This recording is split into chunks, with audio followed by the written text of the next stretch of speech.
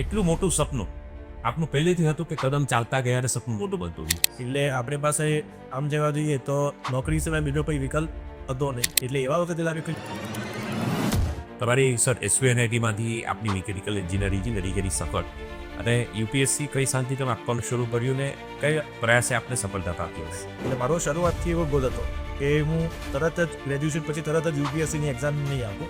સુરતમાં આપ થોડા દિવસોથી જે અત્યારે કામ કરી રહ્યા છો, શું જોઈ રહ્યા છો આપ સુરતને ને કયા મિશનથી આપ તમે સુરતની આજુબાજુ તમે નજર કરશો તો અત્યારે ઘણા બધા જે યંગસ્ટર છે, જે સ્કૂલ સ્ટુડન્ટ્સ છે, સપોઝ આ ઇન્ટરવ્યૂથી સપનું બનાવે કે મારે પણ યુપીએસસી ક્રેક કરવી છે, તો સ્કૂલ ટાઈપથી જ્યારે કઈ બાબતોનું ધ્યાન રાખવું છે? છેલ્લા કેટલા પર્સનના સ્ટેટ્સ એવું કહે છે કે લગભગ 70થી 80% જે UPSC civil service examination clear કરનારા વિદ્યાર્થીઓ છે ઘણીવાર સ્ટુડન્ટ એવું પણ વિચારતા હોય કે સાયન્સ, કોમર્સ કે આર્ટ્સ મારે ભવિષ્યમાં જીપીએસસી યુપીએસસી કરવી હોય તો 10માં પછી શું લોકો વધુ સારું પડે? ઘણા લોકો એવા હોય કે જેને જોબ કરવી પસંદ નથી. જોબ કેવી છે કે તમારી 9 to 5 9 to 6 તમારે કોઈ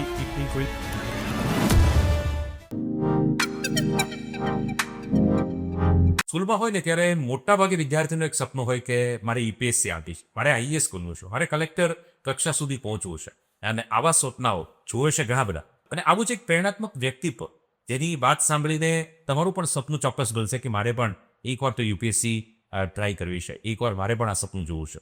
આવું વ્યક્તિત્વ તેજસ પરમાર સાહેબ અને સુરતની અંદર અત્યારે કલેક્ટર શ્રી તરીકે ફરજ બજાવી રહ્યા છે. ખૂબ હંબલ વ્યક્તિત્વ, પદ કરતાં પણ વ્યક્તિત્વની ગરિમા ખૂબ મોટી છે એવું વ્યક્તિત્વ તેજસ પરમાર સાહેબ. વિશેષ હું કંઈ વાત કરું એના કરતાં સાહેબ સાથે જ આપણે ચર્ચાઓ કરવી છે. સાહેબ તમારું હાર્દિક સ્વાગત છે અમારા પ્લેટફોર્મ પર. ઘણા બધા દર્શક મિત્રો સાંભળી રહ્યા છે, પરિવાર મિત્રો સાંભળી રહ્યા છે. સૌથી પહેલાં વાતની સર ત્યાંથી શરૂઆત કરીએ કે એટલું મોટું સપનું આપનું પહેલેથી હતું કે કદમ ચાલતા ગયા અને સપનું મોટું બનતું ગયું? શબ્દ તમે બહુ સરસ વાપર્યા છે કે કદમ ચાલતા ગયા અને સપનું થતું ગયું. પણ મને લાગે છે કદાચ પહેલેથી મારામાં એક આવી ઈચ્છા હતી. એનું કારણ એ હતું કે મારા જે દાદા હતા તે ગવર્મેન્ટમાં જ કોર્ટમાં નોકરી કરતા હતા. પછી મારા પપ્પા પણ સરકારી નોકરી કરતા હતા અને આસિસ્ટન્ટ એન્જિનિયર હતા. એટલે કદાચ ઘરમાં વાતાવરણ પહેલેથી સરકારી નોકરીનું એક હતું. બીજી વસ્તુ કે એવું કોઈ બેકઅપ પણ મારી પાસે નહોતું કે કોઈ જમીન હોય કે કોઈ દુકાન હોય, બે ધંધો હોય. એટલે આપણી પાસે આમ જવા જોઈએ તો નોકરી સિવાય બીજો કોઈ વિકલ્પ હતો નહીં. એટલે એવા વખતે લાગ્યું કે જો નોકરી જ કરવાની છે ભવિષ્યમાં તો પછી સારામાં સારી નોકરી આપણે કેમ ના કરી. અને બીજું એક નબળું પાસું એ પણ હતું કે સ્કૂલમાં નસીબ જોગે અને આમ હંમેશા મારો લગભગ સ્કૂલમાં 4 નંબરમાં આવતો. એટલે આમ અભ્યાસમાં પણ તેજસ્વી કહી શકાય એવું સારા એટલે ચૂપ થોડું પડતું હતું. ક્લાસ ટોપ ટોપર એટલે 3-4 શરૂઆતના ટોપ 5. એટલે એ વખતે શિક્ષકોએ પણ એવું કીધું કે આપણે જે સારામાં સારી જે ટોપની એક્ઝામ કહેવાય એ તો આખા ઇન્ડિયાને એ આપવી જોઈએ અને એ તમને સારામાં સારી કારકિર્દી આપી છે. અને સાથે સાથે મને જનરલ નોલેજ વાંચવાનો પણ બહુ શોખ, મને બીજા બધા વિષયોમાં પણ કિતાબનું બહુ ઇન્ટરેસ્ટ હતો. અને સ્કૂલમાં પણ અમારા ત્યાં મતલબ આવી રીતે આઈપીએસ અને આઈએસ ઓફિસર્સ એટલે ઘણા બધા પરિબળો ભેગા થયા જેના કારણે એક સપનું નાનું બીજ રોપાયું. અને પાછળથી જેમ તમે કીધું કે જેમ તેમ પછી આગળ વધતા ગયા એમ મેં મજબૂત થતું ભાઈ અને એ જ દિશામાં પછી મેં આગળ વિચારો ચાલો. તમારી સર એસવીએનઆઈટીમાંથી આપની મિકેનિકલ એન્જિનિયરિંગ કરી સફળ અને યુપીએસસી કઈ શાંતિ તમે આપવાનું શરૂ કર્યું ને કયા પ્રયાસે આપને સફળતા પ્રાપ્તિ હશે? તો આમ 2008માં મેં મારું 12મું ધોરણ પાસ કર્યું. ઓકે. અને ગુજરાતી મીડિયમમાં જ કરી. બધા જ વિષયો જે ફિઝિક્સ, કેમેસ્ટ્રી, મેથ્સ પણ જે આપણે કહેવાય બધું ગુજરાતી મીડિયમ મેં પાસ કર્યું. 2008માં મને અહીંયા એસપીએનઆઈટી સુરતમાં મિકેનિકલ એન્જિનિયરિંગમાં એડમિશન પડી. ઓકે.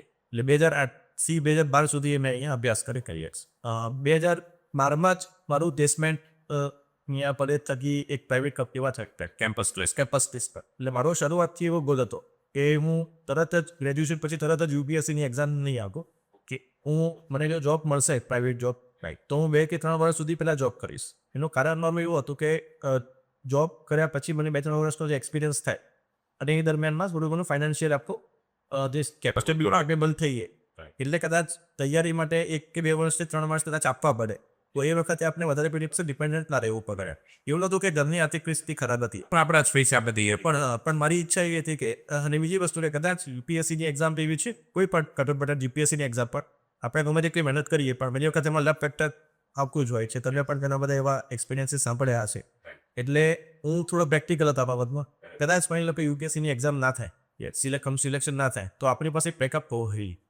એટલે ઘણા લોકો એમાં બંને મત પ્રવર્તે છે. સો એ પ્રમાણે વિચારીને પછી આગળ કહેવાય કે મેં આપ કર્યું. એટલે 2014 મેં જે પહેલી ફિલિંગ્સની એક્ઝામ હતી, એટલે આમાં એક વર્ષે સાયકલ હોય છે, રાઈટ એવી યર યસ એવરી યર. એટલે 14ની મેં જે એક્ઝામ છે મેં જોબમાં વગર તૈયારી તો ઓછી તૈયારી મેં ટ્રાય અરે આપણે કરવાનું છે એક્સપેરિમેન્ટલી. પ્રિલિમ્સ એક્ઝામ મેં કોલકાતામાં આપી કે કારણ કે મારું જોબ હતી ખડગપુરમાં હતી, એટલે સેન્ટર મેં કલકત્તા રાખેલું અને મેં ત્યાં એક્ઝામ આપી, પણ સમહાવ મારી પ્રિલિમ્સ ક્લિયર ના થયો. મારી જોબ ચાલુ જ હતી. એટલે જ્યારે પ્રિલિમ્સ ક્લિયર ના થઈ એટલે મને થયું કે હવે કદાચ ડેડિકેટેડલી મારે આના માટે તૈયારી કરવી પડશે. અને એના માટે મેં એવું કર્યું કે અહીંયા ગુજરાતમાં સ્પીપા જે અમદાવાદ ખાતે સેક્ટર છે ત્યાં યુપીએસસીના કોચિંગ ક્લાસીસ ગવર્મેન્ટ ચલાવે છે અને એની પણ એક એન્ટ્રન્સ એક્ઝામ હોય છે. યસ, એટલે કે એન્ટ્રન્સ એક્ઝામ મેં ક્લિયર કરી પછી મેં જોબ પર એજ્યુકેશન આપીને જોબ છોડી. એટલે 2015ના એન્ડમાં, એટલે 2014ના એન્ડમાં, એટલે કે 2015માં જે અમારી સ્પીપાની બેચ શરૂ થઈ અને એ તૈયારી સાથે સાથે મેં પહેલાં પ્રિલિમ્સ આપી. પ્રિલિમ્સ મારી એ જ વર્ષે ક્લિયર થઈ 15માં જ મારી મેઇન્સ એક્ઝામ હતી, એ પણ મેં ક્યાં તૈયારી કરીને આપી.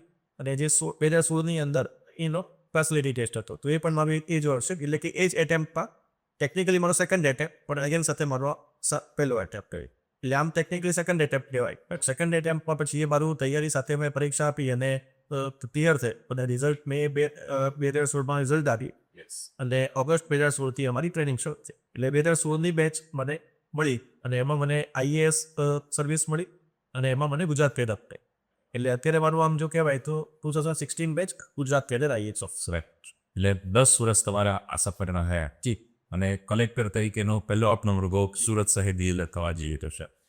સર, સુરતમાં આપ થોડા દિવસોથી જે અત્યારે કામ કરી રહ્યા છો, શું જોઈ રહ્યા છો આપ સુરતને ને કયા મિશનથી આપ હવે આ પદ પર કરીએ? જી, એટલે આમાં યુપીએસસી પછી પણ હેડા લોકોને એવું હોય છે કે કલેક્ટર જ ખાલી થઈ શકે, એવું નથી હોતું. યસ, જે સિવિલ સર્વિસની એક્ઝામિનેશન છે એ તમે આપો એટલે લગભગ તમે 20-25 જેટલી અલગ અલગ સર્વિસીસ માટે ક્વોલિફાય થઈ શકો છો.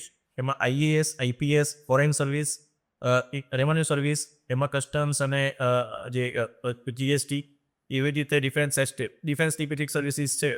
ઘણી બધી સર્વિસીસ છે જ્યાં તમે ક્વોલિફાય થઈ શકો છો. બીજી વસ્તુ કે આઈએએસ થયા પછી ફક્ત કલેક્ટરની જ પોસ્ટ નથી હોતી, ઘણી બધી પોસ્ટ એવી છે કે જે આઈએએસ ઓફિસર તરીકે તમને મળતી હોય છે. મારી જ વાત કરું તો મેં એસટીએમ તરીકે, જે ડિસ્ટ્રિક્ટ ડેવલપમેન્ટ ઓફિસર તરીકે, એક કંપનીના ડાયરેક્ટર તરીકે અને એક તાના શહેરના કમિશનર તરીકે પણ કામગીરી કરેલી છે. પણ દરેક પોસ્ટનું પોતાનું એક અલગ મહત્વ છે, દરેક પોસ્ટ એટલે કામગીરી છે આમ બી. એટલે કલેક્ટર તરીકેની વાત કરીએ તો મોટાભાગે જે કામગીરી છે એ લેન્ડ રેવન્યુ સાથે સંકળાયેલી છે. એટલે કે જે જમીન, જે આપણી સરકારી જમીન છે અથવા તો અન્ય જમીન છે તેના વ્યવહાર સાથે સંકળાયેલી છે. બીજી ખાસ કલેક્ટરની કામગીરીમાં ડિઝાસ્ટર મેનેજમેન્ટ પણ છે. ચૂંટણી પણ એક અગત્યનું પાસું છે જે કલેક્ટર તરીકે આવે છે. અને બીજા જે ડિસ્ટ્રિક્ટ લેવલે કહેવાય કે કોર્ડિનેશન દરેક ડિપાર્ટમેન્ટ સાથેનો એ કલેક્ટર તરીકે. સુરતની વાત કરીએ તો સુરતમાં એક કમિશનરની પોસ્ટ પણ હોય છે જે સિનિયર ઓફિસર હોય છે અને જે આપણી જે માળખાગત સુવિધાઓ જે સુરત શહેરની છે એ કોર્પોરેશન અને senior IAS officer municipal commissioner સાહેબ હસ્તકમાં આવે છે. એટલે એ રીતે એક ડિફાઇન્ડ મતલબ બાઉન્ડ્રીઝ બંને પ્રચેત થયેલી છે. પણ આમ જોવા જઈએ તો જ્યારે ડેવલપમેન્ટની વાત આવે તો સુરત અત્યારે કહેવાય કે ભારતનું સૌથી ઝડપી રીતે મતલબ વિકસિત થઈ રહેલું શહેર છે. તમે સુરતની આજુબાજુ તમે નજર કરશો તો અત્યારે ઘણા બધા તમને હાઈરેઝ બિલ્ડિંગ્સ જોવા મળશે. તમારા રોડ્સ પણ છે એ બહુ પોળા જોવા મળશે. તો જે પણ ટીપી સ્કીમ અહીંયા ઇમ્પ્લિમેન્ટ થઈ છે સાથે જે ગવર્મેન્ટ તો પોતે અહીંયા ઇન્વેસ્ટ કરે જ છે કે માળખાગત સુવિધાઓ વધારવા માટે વોટર સપ્લાયની તમારી જે સ્કીમ્સ છે કે પછી અંડરગ્રાઉન્ડ ડ્રેનેજની સ્કીમ્સ છે, રૂટ્સ માટેની સ્કીમ્સ છે, એના સિવાયનું પણ ઇન્ફ્રાસ્ટ્રક્ચર જે આપણે જે છે એસએચસી તરફથી થતું હોય છે. એટલે ગવર્મેન્ટ પણ એના સિવાય પણ ઘણા બધા મોટા પ્રોજેક્ટ્સ અહીંયા કરતી હોય છે. પણ સાથે સાથે ઇન્ડસ્ટ્રીયલ ઇન્વેસ્ટમેન્ટ પણ અહીંયા સુરતમાં એટલું બધું છે. એટલે બંને ભેગું મળીને જે અત્યારે ગ્રોથ જે સુરતનો થઈ રહ્યો છે કે બહારથી પણ લોકો જે છે રોજગારી મેળવવા માટે સુરતમાં આવી રહ્યા છે. એટલે સુરત આમ કહેવાય કે fastest growing city of India છે. બીજું ક્લીનેસ્ટ સિટી તરીકે પણ ટેક્સ સુરતને મળે થયું છે. એટલે એક જે કહેવાય કે વાઇબ્રન્સી તમને સુરતની જે આબોહવામાં તમને જોવા મળે છે. એટલે સુરતમાં તો તમારી સેવાનો લાભ અમને મળવાનો જ છે. જ્યારે વિદ્યાર્થી સાહેબ એક આ સપનું જોતો, આપને આમ સિરિયસ પ્રિપરેશનની પહેલી જ એટેમ્પમાં આપ યુપીએસસી ક્રેક કરીને આમ તમે કીધું કેટેગરી બીજી એટેમ્પમાં પણ ઘણીવાર અનેક નિષ્ફળતાઓ મળતી હોય છે. હવે ઘણીવાર કન્ફ્યુઝન ત્યાં થાય કે નિષ્ફળતામાં ટકી રહેવું કે ટુ બી કન્ટિન્યુઅસ ચેપ્ટરને કર. જેમ કે 12 ફેન મૂવી કરશે, યસ, તુષાર સુમેરા સાથે સનીઓ કરશે અને ઘણીવાર અનેક એટેમ્પો પછી ફાઇનલી પણ નિષ્ફળતા થાય અને એટલા વર્ષોની એ મહેનત એળ જતી હોય છે ઘણું આ કન્ફ્યુઝન છે. એટલે હું એવું માનું છું એમાં થોડું પ્રેક્ટિકલ અપ્રોચ આપવો જોઈએ. ઘણા એટેમ્પ્સમાં એવું હોય કે તમે પ્રિલિમ્સ આપી, મેઇન્સ આપી અને ઇન્ટરવ્યૂ સુધી પહોંચ્યા અને ઇન્ટરવ્યૂમાં તમે ફેલ થયા. અમારે જ કેડરમાં મારા જ બેચમાં એક મારા કલીગ છે કે તેમને 5 એટેમ્પ્ટ આપ્યા, 5 વખત ઇન્ટરવ્યૂ આપ્યો પણ સિલેક્શન હતું. 6થા એટેમ્પ્ટ એમનું સિલેક્શન થયું ને આઈએસ પડ્યા. યસ એટલે મને લાગે છે કે પ્રિલિમ્સ એક્ઝામમાં જ માની લો કે ક્લિયર ના થતું હોય, તમે 2-3 વખત એટેમ્પ્ટ આપ્યા અને પ્રિલિમ્સ ક્લિયર ના છે અને તમને લાગે છે કે હવે કદાચ આપણે આગળમાં નથી કરવું, તો કદાચ તમે બીજો ઓપ્શન વિચારી શકો. અને પણ બરાબર એમાં બંને વસ્તુ છે એકચ્યુઅલી. તમારી પોતાની પણ આસપાસની પરિસ્થિતિ, તમારી પ્રાયોરિટીઝ જે છે, તમારી સોશિયલ પ્રાયોરિટીઝ, તમારી પોતાની પ્રાયોરિટીઝ શું છે, એ બધા પરિબળો પછી તમે નક્કી કરી શકાય કે આપણે અમારે આગળ વધવું છે કે પછી એને છોડી દે છે. ઘણા લોકો પણ છે કે તે મતલબ અહીંયાથી છોડી દીધું છે પણ પછી બીજા ફિલ્ડમાં બહુ સારું કામ પણ કર્યું છે. એટલે આમાં કોઈ એમાં બ્લેક અને વ્હાઇટ કોઈ આન્સર આનો નથી. દરેકની પોતાની personal choice person to person depend કરે છે. પણ જો તમને લાગતું હોય, તમને સ્ટ્રોંગલી ફીલ થતું હોય કે ના હું એક દિવસ આ ક્લિયર કરીશ અને કેપેસિટી પણ તમારી એટલી હોય કે તમે ઇન્ટરવ્યૂ સુધી પહોંચી ગયા, કે તમે મેઇન્સ પણ એક્ઝામ 2-3 વખત પાસ કરી હોય, તો કદાચ મને લાગે છે કે એટેમ્પ્ટ તમારે આપી દેવા જોઈએ.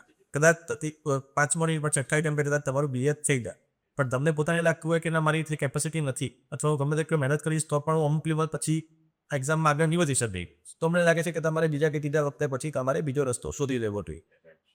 જે યંગસ્ટર છે, જે સ્કૂલ સ્ટુડન્ટ્સ છે, સપોઝ આ ઇન્ટરવ્યૂ કે સપનું બનાવે કે મારે પણ યુપીએસસી ક્રેક કરવી છે, તો સ્કૂલ ટાઈપથી જ્યારે કઈ બાબતોનું ધ્યાન રાખવું છું? આમ જોવા જઈએ તો યુપીએસસી સિવિલ સર્વિસ એક્ઝામિનેશન જે general studies of the syllabus છે, યસ એવા અમે લોકો પણ જ્યારે વાંચવાની શરૂઆત કરી ત્યારે અમે 6થા ધોરણની ચોપડીથી વાંચવાની શરૂઆત કરતા હોઈએ છીએ.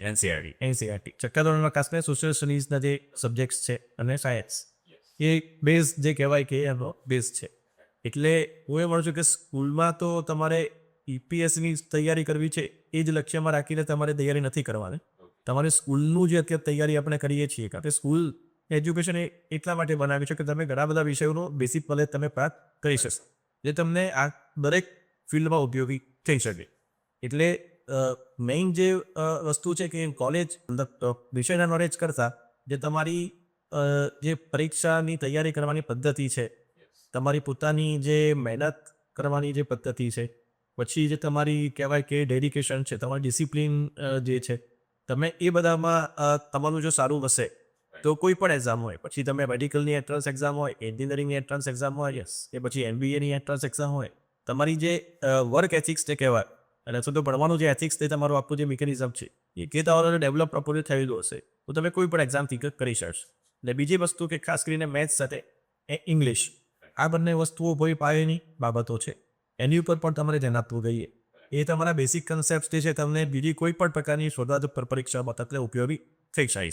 એટલે આ બંને વસ્તુ. અને ત્રીજી વસ્તુ કે આપણે ઘણી વખત સ્કૂલ અને ટ્યુશન પછી તમને બીજો કોઈ એમાં ટાઈમ પડતો નથી અને આપણે જે ઇતર જે બાબત વાંચવાની જે આપણી જે આદત છે એ આપણે એમાં છૂટી જાય છે. યસ, એટલે સ્કૂલ સમયથી માની લો કે તમે 6થું કે 7મું કે 8મું ધોરણ તમે પડતા હો ત્યારે તમારી ઉંમર મેચ્યોર ઉંમર તમારી થઈ ગઈ છે. તમારે ન્યૂઝપેપર પણ વાંચવા જોઈએ. યસ, પછી તમારે ઘણી બધી જે બીજી બુક્સ જે લાઇબ્રેરીમાં મળતી હોય, નવલકથાઓ છે, અંગ્રેજી પર ગુજરાતીમાં વાંચો, તમે કવિતાઓ વાંચો, તમે શોર્ટ સ્ટોરીઝ વાંચો. આ બધી વસ્તુ તમને ડાયરેક્ટલી ઇફેક્ટ નહીં કરે પણ તમારી જે ભાષા જે છે તેને વિકસિત કરશે. તમારી જે રિપ્રેઝન્ટેશન સ્કિલ્સ છે, જે તમારી લખવાની જે આવડત છે એને તમને મજબૂત કરશે. કારણ કે આ બધી વસ્તુ પરીક્ષા વખતે તમે તૈયારી નહીં કરી શકતા નથી, તો આ બધી વસ્તુ over the period of time build થતી હોય છે. એટલે આ બધી વસ્તુઓ પર તમે જો ફોકસ કરો તો મને લાગે છે કે તમને આવનારી કોઈ પણ પરીક્ષામાંથી ઉપયોગી થઈ શકે છે. સર થોડા અમીર વિદ્યાર્થીઓના મગજમાં ચાલતા હોય છે, એક તો મીડિયમને લઈને પાસ કરતું, ગુજરાતી મીડિયમ, ઇંગ્લિશ મીડિયમ, તો એને લઈને આપશે કશું? હું માનું છું કે મીડિયમથી કોઈ ફરક નથી પડતો. પોતે શું ગુજરાતી યસ, મેં કીધું કે હું ગુજરાતી મીડિયમમાં ઇવન જે ભૌતિકશાસ્ત્ર, રસાયણશાસ્ત્ર અને ગણિતના જે અગ્રાગર ટર્મ્સ કહેવાય એ પણ મેં 12મા ધોરણમાં ગુજરાતી ભાષામાં જ મેં કરેલા છે. યસ, સબર, હા, ચોક્કસ. જ્યારે હું અહીંયા એન્જિનિયરિંગમાં દાખલ થયા કરે પહેલું સેમેસ્ટર ટફ થયું હતું ગુજરાતી કહું સ્પેશિયલી ટુ ઇંગ્લિશમાં. મહેનતની તૈયારી હોય તો ડેફિનેટલી તમે કોઈ પણ ભાષામાં તમે એક્ઝામ આપી શકો છો. એટલે ભાષા મીડિયમથી મને નથી લાગતું કે કોઈ આમાં વધારે ફરક પડે. એ ઘણી વાર સ્ટુડન્ટ એવું પણ વિચારતા હોય કે સાયન્સ, કોમર્સ કે આર્ટ્સ મારે ભવિષ્યમાં જીપીએસસી યુપીએસસી કરવી હોય તો 10મા પછી શું લોકો વધુ સારું પડે? એમાં પણ મેં કીધું કે આનો પણ બ્લેક અને વ્હાઇટમાં અસર નથી. જો તમારા ટકા સારા હોય તો તે લાગતું હોય કે તમે મેડિકલ ફિલ્ડ કે ફિલ્ડમાં જઈ શકશો ઓર ઇન્ટરેસ્ટ પણ હોય તો સ્પેસિફિકલી યુપીએસસી માટે તમે આર્ટ્સ કોમર્સ લેવું કરવાની જરૂર નથી. ગ્રેજ્યુએશન તમારું કોઈ પણ ફિલ્ડમાં ચાલે છે એટલે તમને જો સારી નાતમાં મળતું હોય તમારો ઇન્ટરેસ્ટ પણ હોય એ તમે તમારી ચોઈસ મુજબ તમે આમાં તમે યુપીએસને ધ્યાનમાં રાખીને તમારી બ્રાન્ચ ચોઈસ ના કરો ના તમારી ચોઈસ પ્રમાણે તમે સ્ટ્રીમ જે છે પસંદ કરો. એક ઘણા લોકોને એવું હોય કે હા બહુ હોશિયાર ભણવામાં પણ એમને કોમર્સ મતલબ બ્રાન્ચ રાખવામાં ઇન્ટરેસ્ટ હતા એનું વિઝન એવું હોય કે એને કોમર્સ રાખીને પછી સીએ કદાચ થવો છે. તો ઘણા સારા વિદ્યાર્થીઓ સારા ટકાઓ છે તે પણ સાયન્સ આપી રાખે કોમર્સ પણ રાખે છે. એટલે એ પણ એક્ઝામને ધ્યાનમાં યુપીએસની એક્ઝામને ધ્યાનમાં લઈને એમ નથી માનતો કે તમારે આર્ટ્સ જ લેવું જોઈએ કે કોમર્સ જ લેવું કે સાયન્સ પણ લેવું જોઈએ. છેલ્લા કેટલા પર્સનના સ્ટેટ્સ એવું કહે છે કે લગભગ 70-80% જે UPSC civil service examination clear કરનારા વિદ્યાર્થીઓ છે એ મોટાભાગે એન્જિનિયરિંગ કે મેડિકલ લેવલે આપતા છે સાયન્સ સ્ટ્રીમ એ બાજુ કરું છે. એટલે આર્ટ્સથી જ તમે યુપીએસસી ક્લિયર કરી શકશો એવું પણ નથી. એટલે તમારે તમારી ફ્યુચર તમારું પ્લાનિંગને ધ્યાનમાં રાખી તમારે સ્ટ્રીમ પસંદ કરવી. કઈ વસ્તુ છે સર જે તમને ઇન્સ્પાયર કરે છે મોટિવેટ કરે છે આ સફરમાં? અઘરો પ્રશ્ન છે પણ આમ મને લાગે છે કે કોઈ પણ ફિલ્ડ કદાચ હોત તો મને મહેનત કરવાની મને હંમેશા પ્રેરણા મળતી હોય છે. યસ. અને બીજી વસ્તુ કે આ જે પોસ્ટ જે મળે છે અથવા તો કોઈ પણ ફોર ધેટ મેટર આઈએસમાં કોઈ પણ પોસ્ટ મળે છે એનો ઇમ્પેક્ટ જે છે તમારે કામ એ બહુ વિશાળ હોય છે. બરાબર. એટલે ઘણી વખત એવું લાગતું હોય કે આપણે એક પર્ટિક્યુલર એક્ઝામ્પલ આપું કે કોર્પોરેશનમાં સપોઝ તમારું જોબ હતી તો ત્યાં ઘણા બધા કામ એવા હતા કે જેમાં તમારો નિર્ણય છે કે એનાથી આખા વિસ્તારના જે ઇમ્પેક્ટ આપતી કરે છે. એટલે એ તમે જ્યારે તમે તમારું કામ જે તમે કન્સેપ્ચ્યુઅલાઇઝ કર્યું હોય કે આ વસ્તુ આપણે કરવી છે ને તમે એને પૂરો કરવા માટેનો પ્રયત્ન કરો જ્યારે ફિલ્ડ ઉપર એકચ્યુઅલ તમને વસ્તુ જોવા મળે તેનો જે આનંદ છે એ બહુ અદ્ભુત હોય છે. એટલે એક એ અને બીજું મને ખાસ હતું કે જ્યારે હું પણ જ્યારે કોલેજમાં હતો કે મતલબ જ્યારે સામાન્ય નાગરિક તરીકે આપણે જીવન જીવતા હતા ત્યારે એટલી બધી વસ્તુમાં સરકારની મતલબ અલગ અલગ મતલબ જરૂર પડતી હોય. યસ. સો મને થયું કે હું જો આ મુદ્દા ઉપર રહું તો મને જે તકલીફ પડી છે તો જે પડદાર છે તો એને કેવી રીતે હું નિવારી શકું અને કેવી રીતે હેલ્પ કરી શકું. કારણ કે આટલા મુદ્દાઓ પર આવીને જો લોકોની મદદ ના કરી શકે તો એનો મતલબ નથી. એક સામાન્ય માણસ સારે ઓળશે. એટલે અત્યારે 100% લોકોની અપેક્ષાઓ પણ વધી છે. ઘણી બધી વખત અમે જે ઈચ્છતા હોય એવું નથી પણ થતું. પણ જે આશય છે મૂળભૂત એ આશય એ છે કે આપણે સામાન્યમાં સામાન્ય નાગરિકની મદદ જેટલી શક્ય હોય જે આપણે કરી શકીએ. સર આ 10 વર્ષની સફરમાં અને ડ્યુરિંગ એન્જિનિયરિંગ પણ અને ખાસ તો આ જે બધા પદ અને આટલી જવાબદારીઓ છે આમાં ઘણીવાર પ્રેશર પણ આપણને એટલું ફીલ કરતું હોય વર્કલોડ પણ એટલો હોય બીજી જવાબદારીઓ મલ્ટિપલ કામ હોય ઇન ક્રિટિસિઝમ પણ આપણે આપણા રિસર્ચ કે આ પોસ્ટ પર તમારે ડિઝાસ્ટર પણ મેનેજ કરવાનો હોય તો આ બધું કઈ રીતે તમે મેનેજ કરી શકો? આમાં મેં કીધું એમ કે આ મારી ચોઈસથી હું આ ફિલ્ડમાં આવેલો છું. એટલે હવે હું જો એવું કહું કે ના મને આ બધું પ્રેશર નહીં ફાવે તો એ હું મારી ચોઈસથી આ ફિલ્ડમાં આવેલો છું. એટલે મને ખબર હતી કે આ બધું થવાનું છે તેમ છતાં પણ ફિલ્ડ પસંદ કર્યું અને મને સદભાગ્ય મળી ગયું. એટલે જે મેં કીધું કે જે પરીક્ષા આપણે જે સ્કૂલમાં આપતા હોઈએ કે કોલેજમાં આપતા હોઈએ D1 યુપીએસસીની પણ જે પોતાની પરીક્ષાની જે આખી જે ટાઈમ પીરિયડ છે એ તમારું ફક્ત નોલેજ ટેસ્ટ નથી કરતું. એ તમારી મતલબ પેશન્સ પર તમારું ટેસ્ટ કરે છે. તમારી સ્ટ્રેસ કેટલું તમે મતલબ સહન કરી શકો છો અથવા તો કેટલું મહેનત કરી શકો એ પણ બધું આ પરીક્ષાની તૈયારીમાં તમને એનો પણ અનુભવ થતો કરશો. કે પરીક્ષામાં ઘણી વખત તમને એવા વિચારો આવે કે મારું કદાચ જો સિલેક્શન નહીં થતો હું શું કરીશ. ઘણા દિવસો તમારા ડાઉન પણ જતા હોય. એટલે આ બધું જે મેનેજમેન્ટ છે જનરલી પરીક્ષાની તૈયારી તો ઘણી વખત તમને આવતું હોય છે. એટલે મેં કીધું કે ચોઈસથી પસંદ કર્યું છે એટલે ઘણા બધા એવા પ્રશ્નો આવતા હોય કે ત્યારે ઘણી વખત ઓર એથિક્સ પણ તમને મતલબ આપણા ટેસ્ટ થતું હોય. એટલે એવા સમયે આપણે મેં કીધું કે મારો એક જ સિદ્ધાંત મેં હંમેશા રાખ્યો છે કે કર્મ તમે કરો થોડી ચિંતા તમે ના કરો. બેસ્ટ કામ યસ બેસ્ટ કામ કરીએ પછી એનું રિઝલ્ટ ગમે તે આવી શકે. ક્રિટિસિઝમ ડેફિનેટલી થાય છે એટલે ઘણું બધું થાય છે પણ કોઈ પણ સિસ્ટમ પરફેક્ટ નથી હોતી. એટલે આપણે સિસ્ટમમાં રહીને જેટલું શક્ય થાય એટલું એને સારું કરવાનો પ્રયત્ન કરો. કોઈ એવો સાહેબ આપનો આ સફરમાં એવો કોઈ અનુભવ જે અનુભવે આપને એવું સેટિસ્ફેક્શન કરાવ્યું કે ના સારું થયું હું આ ફિલ્ડમાં આવી જેનાથી એટલું મોટી ઇમ્પેક્ટ કામ કરી શક્યું? ઘણા બધા એવા અનુભવ છે પણ મને એક કિસ્સો ખાસ યાદ આવ્યો છે કે દાહોદમાં જ્યારે હું પ્રાંત અધિકારી તરીકે હતો ત્યારે એક બહુ બુઝુર્ગ મતલબ આદિવાસી કપલ હતું કે એની જમીન ઉપર કોઈ બીજા વ્યક્તિઓ કબજો હતો અને એમનો કેસ અમારે ચાલતો હતો અને મેં ઘણો બધો અભ્યાસ કરીને પછી એમની ફેવરમાં નિર્ણય કર્યો હતો. એમને જે મને આશીર્વાદ આપ્યા કે તમારા કારણે સાહેબ અમને આ દુનિયા આવતા પાછી મળી.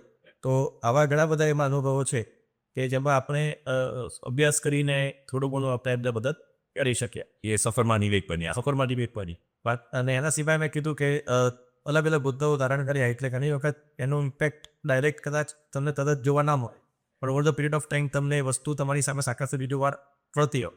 બીજી વસ્તુ અમારા ફિલ્ડમાં એવું છે કે અમે દર 2-3 વર્ષે અમારી બદલી થતી હોય. ઘણી વખત એવું થાય કે કોઈ અગાઉના ઓફિસરે સારું કામ કર્યું હોય એનો લાભ અમને મળે, તેનો જો સપ્લાય મળે. ઘણી વખત અમે કોઈ વસ્તુના બીજ રોપ્યા હોય તો એનો 3-4 વર્ષ પછી કોઈ ત્યારે આપણે સિટીમાં ન પડવું. લપટવાઈએ. એટલે ઘણી બધી વસ્તુ એવી હોય છે કે તમને સીધી દેખાતી નથી. ઘણી બધી સ્ટ્રક્ચરલ ચેન્જીસ નાના હોય, બહુ નાના સ્ટ્રક્ચરલ ચેન્જીસ હોય, તેનાથી વર્ક કલ્ચરમાં પછી મતલબ જે ઇન્ટરનલ પણ જે મેનેજમેન્ટ છે એમાં પણ ઘણો બધો એમાં ફરક પડતો હોય છે. એટલે ઘણી બધી વસ્તુ છે કે જેમાં આપણે કામ કરી શકીએ અને એનું રિઝલ્ટ પણ over the period of time સાથે મળતું હોય છે. સર, ઘણા સુરતના યુવાન મિત્રો અત્યારે આ વાત સાંભળી રહ્યા છે. એવો કયો મેસેજ જે યુવાનો તમારા સુરતના આફતના જોયેલા સપનાને સાકાર કરવામાં મદદ કરી શકે? કલેક્ટરનું જે કામ મેં કીધું કે ડાયરેક્ટલી સિટીને રિલેટેડ બહુ ઓછું હોય છે. ગ્રામ્ય વિસ્તારમાં અલગ અલગ કામ થતા હોય ને મલ્ટિપલ કામો બધા થતા હોય છે. યસ, પણ મને લાગે છે કે અત્યારે આપણે એક સ્વચ્છતા માટે આપણે બધા લોકોએ સહિયારો પ્રયત્ન કરવાની જરૂર છે. સિટીનું મેનેજમેન્ટ અને મતલબ બીજા બરાબર જે અમારા જે સિસ્ટમ્સ છે એ ટોયલી ક્લિનિંગ પર તો ભાર આપે જ છે, પરંતુ આપણે પણ પોતે એક જાગૃત નાગરિક તરીકે આપણે પાછી શહેરને સ્વચ્છ રાખવાનો ફળો આપવો જોઈએ. બીજું એક અત્યારે જે યુવાનોમાં જે દૂષણ જે ચાલી રહ્યું છે એ નશાનું દૂષણ ઘણું બધું જગ્યાએ જોવા પડે છે. એટલે એનાથી થતું એવું હોય છે કે થોડા સમય માટે એક આદત પડે પણ લોંગ ટર્મે તમને તમારા બોડીને, તમારા પોતાના પરિવારને અને તમારા સમાજને પણ એ નુકસાનકારક છે. એટલે એનાથી બચીને રહેવું જોઈએ કે ભાઈ વધુમાં વધુ લોકોને આપણે નશામુક્ત કરી શકીએ એનું આપણે કામ કરવું જોઈએ. એટલે આવા ઘણા બધા અલગ અલગ પ્રકારના કામો છે જે આપણે કરી શકીએ. બીજું ખાસ કરીને જે સ્કિલ્સ જે અત્યારે જે છે પોતાની સ્કિલ ડેવલપ કરવામાં પણ બધાએ વિશેષ ધ્યાન રાખવું જોઈએ.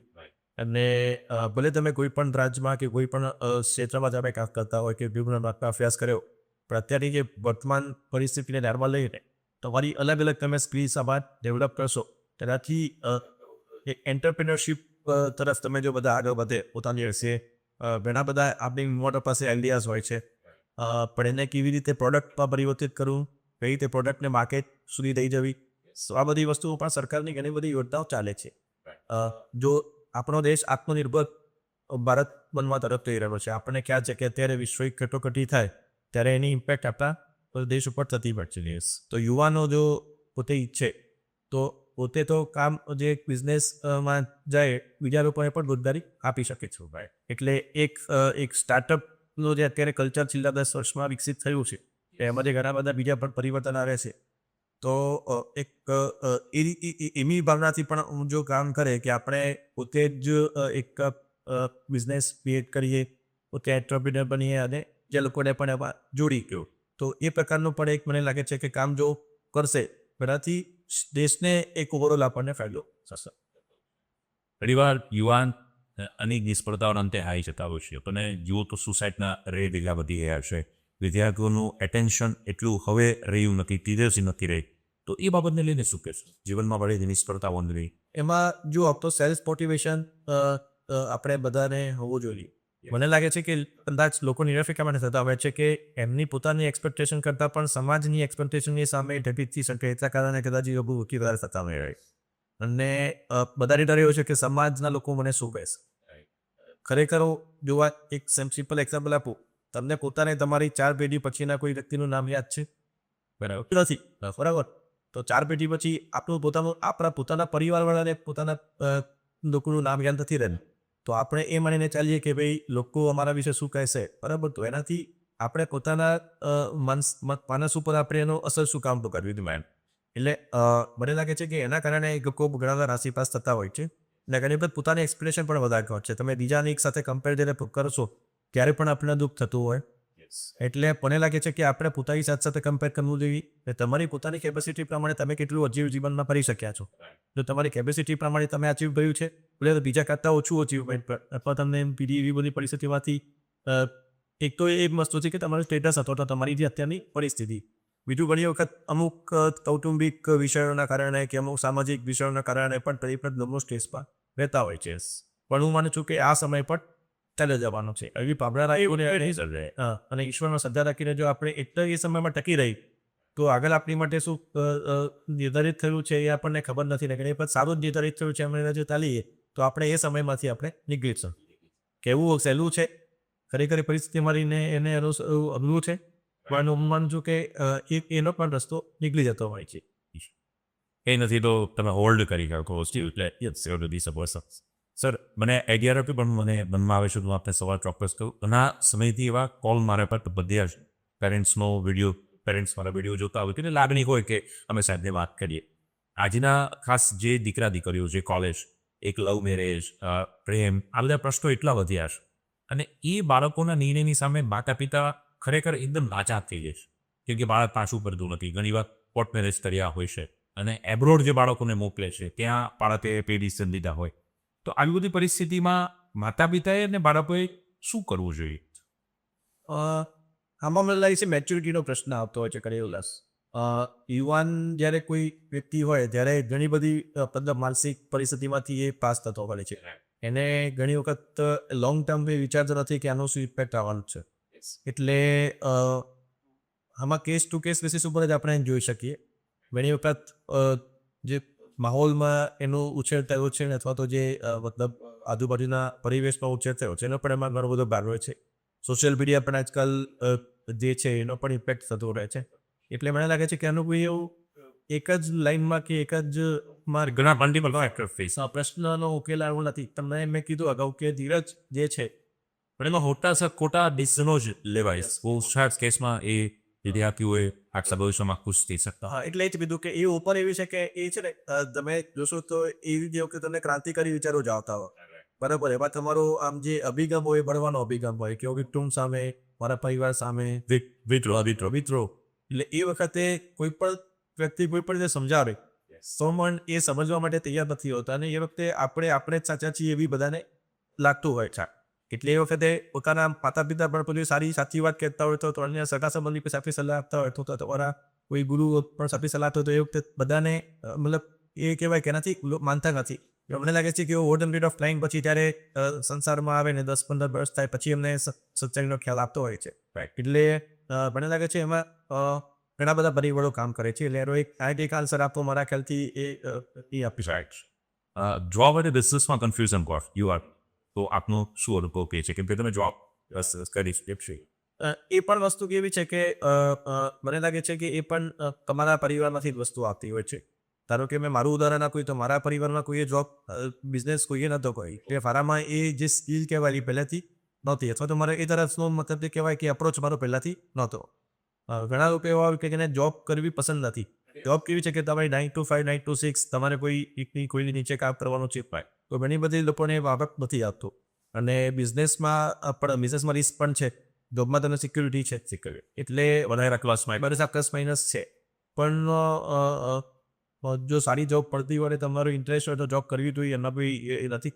અને જો તમને બિઝનેસમાં રિસ્ક લેવાની જો તમારી તાકાત હોય 3-4 વર્ષ સુધી માની લો કે બિઝનેસના ગ્રોથ થયા વગર પણ ટકી રહેવાની તમારી ક્ષમતા હોય તો બિઝનેસ પણ કરી શકાય. પણ એ મેં કીધું કે પર્સનલ તમારી કેપેબિલિટી ઉપર તમારા પોતાના મતલબ જે તમારું અભિગમ બેકગ્રાઉન્ડ છે એરિયા ફિટનેસ એ બધા ઉપર પણ ડિપેન્ડ કરે છે. બંને વસ્તુ સારી છે. કોઈ વસ્તુ સારી કે કોઈ ખરાબ છે એવું નથી કહેતો. પણ એ મેં કીધું કે દરેકનો અલગ અલગ ચોઈસ. અમારે સર સુરતમાં મોટાભાગે એવું કલ્ચર છે વિદ્યાર્થીઓ વિચારે કે યુપીએસસી કરવી હોય તો આપણે શરૂઆત યુપીએસસી કરી અને પછી યુપીએસસી બાજુ સ્વીચ કરીએ તો એ ડિસિપ્લિનનો યોગ્ય આપની દ્રષ્ટિએ. પહેલાં એવું હતું કે જીપીએસસી અને યુપીએસસીનું જે મતલબ પરીક્ષાનું ધોરણ હતું એ અલગ અલગ. અત્યારે લગભગ મોટાભાગના પેપર્સ અને એનું જે સ્ટાન્ડર્ડ છે એ બંને લગભગ સેમ જ છે. એટલે તમારે તૈયારી યુપીએસસીને ધ્યાનમાં રાખીને જ કરવી જોઈએ. અને જીપીએસસી પણ સાથે સાથે જ્યારે ઇંગ્લિશ ત્યારે આપી દેવી જોઈએ. અમુક પેપર જે છે કે જે ગુજરાતી ભાષાને લગતા છે કે ભાઈ ગુજરાતની ભૂગોળ ઇતિહાસ લગતા છે એના તમારી કદાચ વધારે તૈયારી કરવી પડે. પણ ગોલ તમારે યુપીએસસી જ રાખવો જોઈએ. અને પછી એમાં જીપીએસસી ક્લિયર થાય તો કોઈ જીતતા. નથી. ઘણી બધી ચર્ચાઓ સર તમારી સાથે કરી એટલો બધો સમય આપનો લીધો ને આપના અનુભવ જે છે એ અનુભવ ચોક્કસથી જવાબમાં વિદ્યાર્થી મિત્રો સમજી શકે છે ને તમારા આ જવાબોથી તમારી આ વાતથી તમારા આ વિચારોથી તમારી આ પર્સનાલિટીથી ઘણા લોકો ચોક્કસ એ લાઈફમાં કંઈક કરવાનો સંકલ્પ તો લેશે. લાસ્ટમાં આપના વતી એક અનુભવનું વાતુરૂપી પોઝિટિવ મેસેજ જનતાને આપવો હોય તો આપશો. Always B positive. બરાબર, આપણે ઘણા બધા સારા વ્યક્તિઓ આપણી આસપાસ રહેતા હોય છે. ઘણા બધા સારા લોકો આપણને મળતા હોય છે જીવનમાં. તો દરેક વ્યક્તિ પાસેથી આપણે બી શીખવું જોઈએ અને હંમેશા ગ્રાઉન્ડેડ રહેવું જોઈએ. અને બીજી વસ્તુ કે વિશ્વ બહુ વિશાળ છે. ઘણા બધા અનુભવો તમને દિવસે દિવસે નવા થતા હોય છે અને આજે તો આપણે સમુદ્રની યાત્રા તરફ પણ બધા વધી રહ્યા છીએ કે જે એક્સપિરિયન્સીસ જે આપણે બીજા દેશમાં જઈને ફરતા એ બધા જ એક્સપિરિયન્સીસ આપણે પહેલે બેઠા પણ લઈએ છીએ. એટલે મને લાગે છે કે આપણે જીવનનો આનંદ માણવો જોઈએ અને પોતાના ફિલ્ડમાં બહુ મહેનત કરવી જોઈએ અને જેટલી મહેનત થાય એટલી કરવી જોઈએ પણ સાથે સાથે આપણે જીવનનો આનંદ પણ માણવો. ખૂબ ખૂબ આભાર સાહેબ તમારો દિલથી એટલા વ્યસ્તતા ભર્યા સમયમાંથી કે મિત્રો સમય આપ્યો અને આ બધા જ દર્શક મિત્રોનો પણ ખૂબ ખૂબ આભાર. વિશેષ હજુ પણ આપની યુપીએસસીને લગતા આઈએસને લગતા કંઈ પણ પ્રશ્ન હોય તો ચોક્કસ કોમેન્ટ કરજો જેથી અમે વધુમાં વધુ આપને હેલ્પ કરી શકીએ પણ વધુમાં વધુ ખૂબ સારી તૈયારી થાય એવા ભાવથી આજે સરે પોતાનો સમય આપ્યો છે. તો ફરી સરનો આપ સૌ ખૂબ ખૂબ આભાર. फिर वक्त मिला तो होगा सामना, तब तक के लिए शुभकामना. धन्यवाद. जय हिंद.